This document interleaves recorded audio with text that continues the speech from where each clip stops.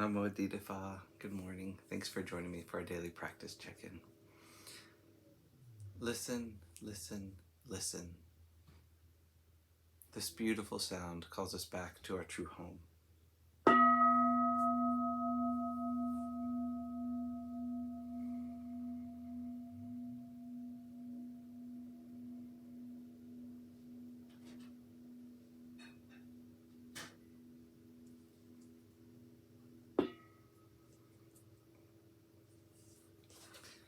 The fifth mindfulness training.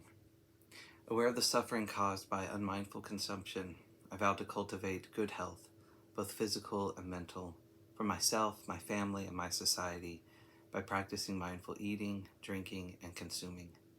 I will ingest only items that preserve peace, well-being, and joy in my body, in my consciousness, and in the collective body and consciousness of my family and society. I'm determined not to use alcohol or any other items that contain toxins, such as certain TV programs, magazines, books, films, and conversations. I'm aware that to damage my body or my consciousness with these poisons is to betray my ancestors, my parents, my society, and future generations.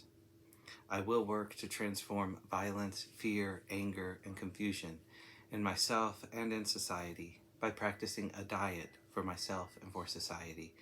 I understand that a proper diet is crucial for self-transformation and the transformation of society.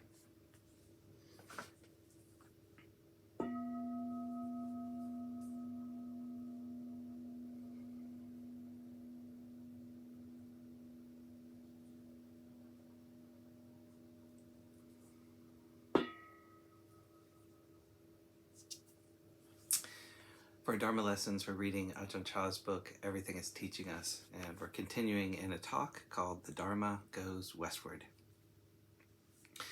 Where did the Buddha enter Nibbana? Nibbana means extinguished, without remainder, finished. Being finished comes from knowledge of the way things really are.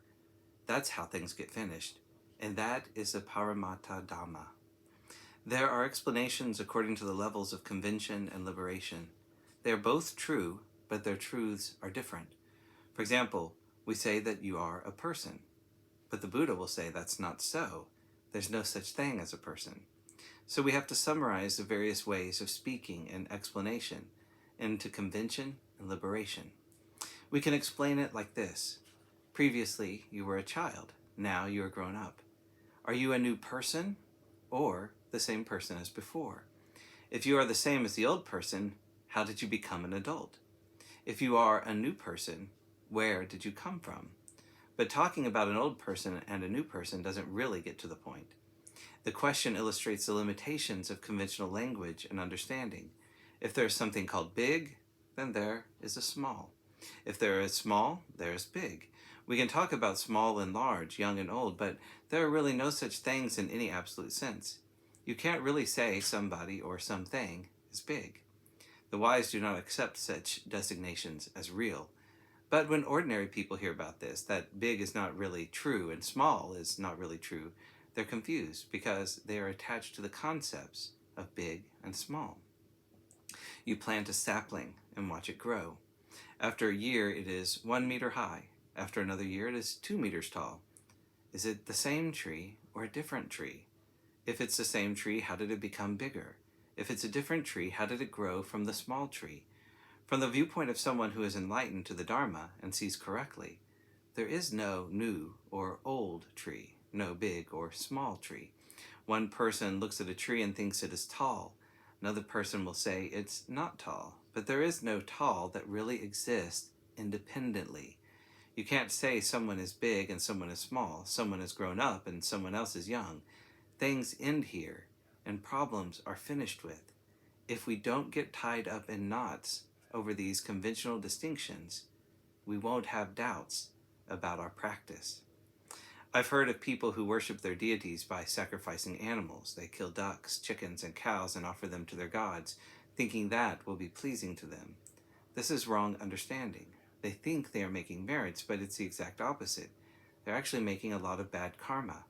Someone who really looks into this won't think like that. But have you noticed? I'm afraid people in Thailand are becoming like that. They're not applying real investigation.